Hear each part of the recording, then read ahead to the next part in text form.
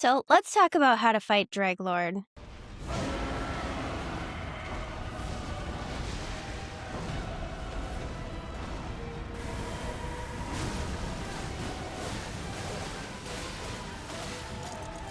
First, I'm going to walk you through how to set up your relics, who I would play as, and then I'll walk you through his different moves, and then I'll show you an entire fight if you're interested in watching it back. But what you need to know is Dreglord is really weak to Holy and Fire, but he can be pretty easily frosted or bled.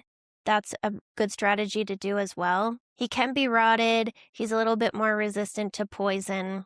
I know it doesn't make sense that the rot boss can be rotted, but don't worry about it. I've beat him with a bunch of different characters. Iron Eye's a great pick. Any kind of skill build is a great pick if you want to stay further away. I've beat him with Beastclaw Revenant, although it's not my favorite. A lot of my friends will play as Guardian, and he can tank a lot of the hits. I think he's a great pick for this, although I don't really play Guardian. My favorite, though, is Melee Duchess, because I feel like the fight and the strategy for that fight is a lot like Everdark Fulgur, where you just want to be attached to him the whole time. My strategy with my Melee Duchess is I come in doing Frost on my dagger, and I have Sacred Blade on it, so I can do Frost and Holy in the final fight. You could also do Bleed, you could do Flaming Strike, whatever, if you want to melee him. I go with Frost or Bleed on my weapons so that I can help out more in the early game by proccing those things and then repeating them, because Duchess has kind of low damage in the beginning. And then for my deep relics, it's just physical attack up, affinity attack up will be magic, holy, fire, so you can get extra damage with any of those. Okay, and now let's get to the fight. So he does a lot of these delayed swiping moves. And here, I just watch his hand and try to stay behind him. He also does this thing where he will slam his fist into the ground and try to absorb you. And he'll create either this type of attack or the bigger one. This you can just dodge as it hits the ground if it's on you. This attack can be completely outspaced if you run away from it. Or as he swipes, you can just hit the dodge button.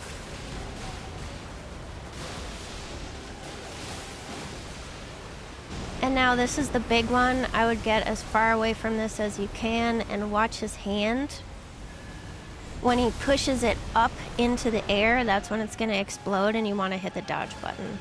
The annoying part about this fight is all of the things that are walking around trying to smack you that you can't see in the second half of the first phase. And then the little rod explosions on the ground. So I really always recommend whoever you're fighting, don't get greedy. Greed is going to lead to your death every single time. And then he does this really scary move where his weapon turns pink.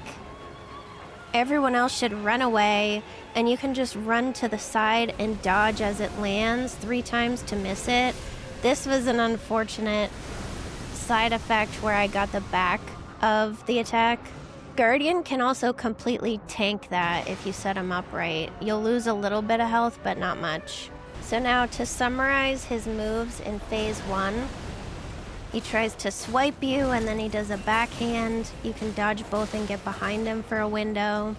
He'll wind up and then swing his weapon, and then he'll wind up again and slam it on you. Again, you can dodge that and get right behind him.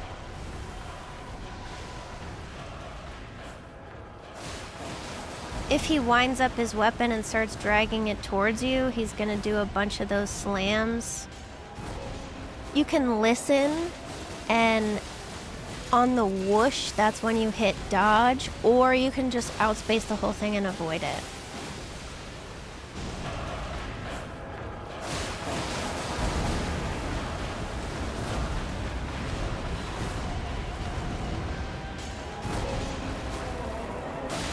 I like to stay close to him instead of outspacing it because I want a window, but if you're a skill character, you can outspace it and then use that delay to just fire off some attacks. Now in phase 2, I always run back to this hill and I'll either do an uplifting or I'll use a warming, and then you can just walk around so that none of the rod explosions get you. I slowly move in so that I can get first aggro and attach myself to him when it starts. He'll do the 6-hit combo, and again, just like in phase 1, you can listen for the whooshing sound, and then that's when you hit the dodge button. He'll also jump and wind up his weapon, and then he'll do a double slash, so 2 dodges to avoid that one on the whoosh. Same thing when he throws that rot stuff, you can hear a sound, and that's when I hit the dodge button. And then if he roars and he puts a red dot on you, you can either dodge every time you hear the whoosh, or you can walk forward slightly and then not move anymore until he does the slam at the end, and or a farm if you like.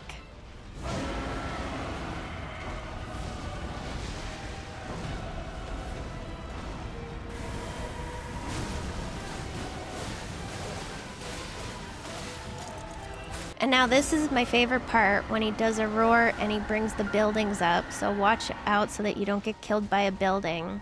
He's gonna slowly wind up and then slam. This one has a delayed dodge, so you don't want to dodge as he's slamming, you want to dodge right afterwards. And again, it's best if he slams it on you, because then you're right there next to him and you have a window to attack and none of the rod explosions around him get you. So if you watch this, I'll play it again. If you watch it, he slams and then there's the explosion. So you don't want to dodge on the slam, or if you're Duchess, you can dodge twice. But you want to dodge after the slam to miss the explosion, or you're going to get one shot.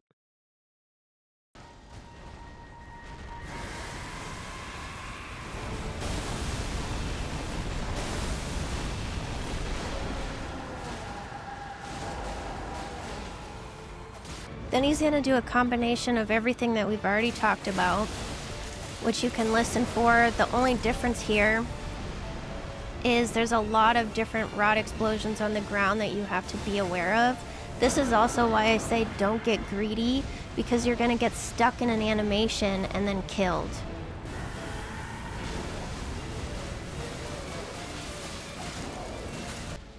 And now this one, he'll roar, he'll bring the buildings up, he'll get on it, and then he's gonna do 3 quick slashes.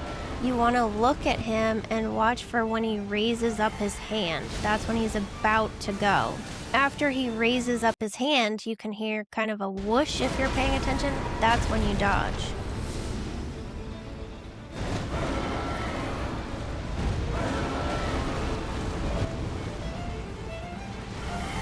And then it ends again with a slam and a bunch of rod explosions, but if you're on top of them, they don't hit you.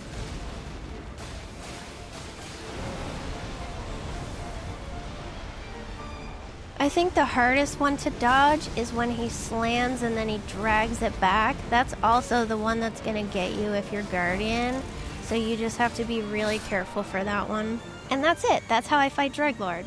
So I would recommend practicing in the normal game before you bring this into Deep at Night. This was recorded in Depth 4.